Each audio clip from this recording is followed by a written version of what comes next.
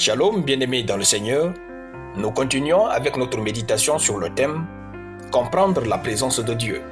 Deuxième partie. Nous tirons notre texte dans Genèse chapitre 39, de versets 3 à 4 qui nous dit ceci.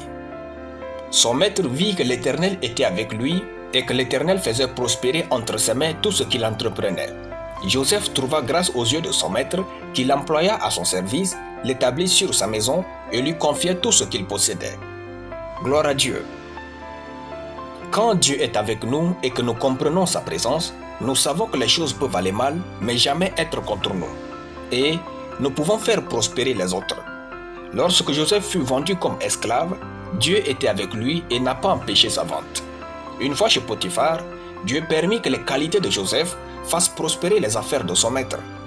Notre exploit ne sera jamais celui de comprendre Dieu, mais celui de lui faire confiance au-delà de tout ce que nous vivons.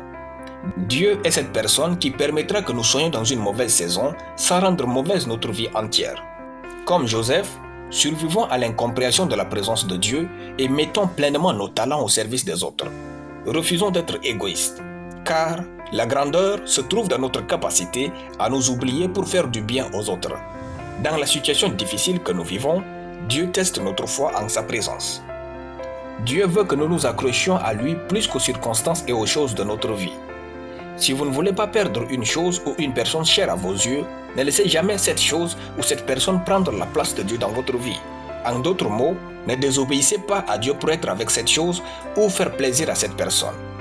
Joseph était un jeune insouciant de la grandeur qui lui a été réservée, car il était l'enfant chéri de son père. Il avait même cousu une tunique de prestige à Joseph. Mais, puisque Dieu était dans la vie de Joseph, les choses ont pris une autre tournure. Quand Dieu est dans votre vie et qu'il a une grande destinée pour vous, les choses ne vont jamais se passer comme vous voulez. Pour vous, les choses faciles vont devenir difficiles, les choses difficiles vont devenir impossibles, les choses impossibles seront possibles et les choses possibles vont devenir évidentes. En fait, Dieu ne permettra pas que votre foi soit fixée sur autre chose que sur lui.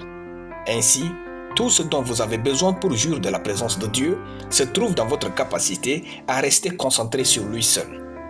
Gloire à Dieu. Nous allons prier. Seigneur Jésus, je te rends grâce pour ta parole. J'ai Dieu de mon côté et dans mes affaires, au nom de Jésus. Amen. La lecture biblique en une année, Psaume chapitre 1 à Psaume chapitre 5. Soyez bénis, c'était le pain du ciel.